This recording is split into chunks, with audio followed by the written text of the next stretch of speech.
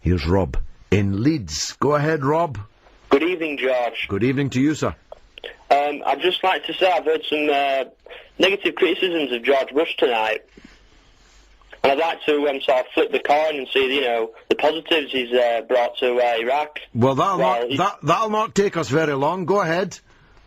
Well, he's trying to set the ground roots for democracy in Iraq. He's sort of getting the constitution going in Iraq, and they're taking over now, George. And I think soon we're going to see some real progress in Iraq. It's going to be real positive, and we're all going to look back and say, are you another one that's just been let out for the weekend? Or are you watching a different news bulletin to the rest of us? Have you any idea of the total carnage that exists in Iraq? Do you know that electricity and water are in shorter supply in Iraq now than they were before the war, after a decade or more of sanctions?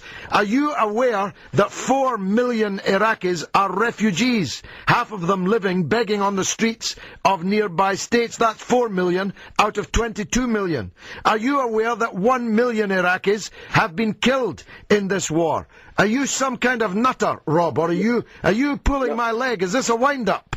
No, it's not, George.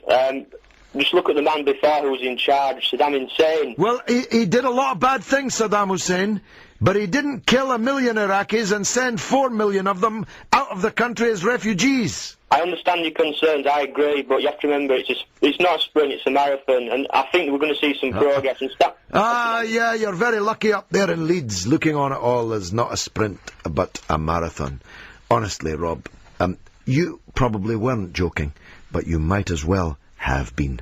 Paul, near Glasgow Airport's up next.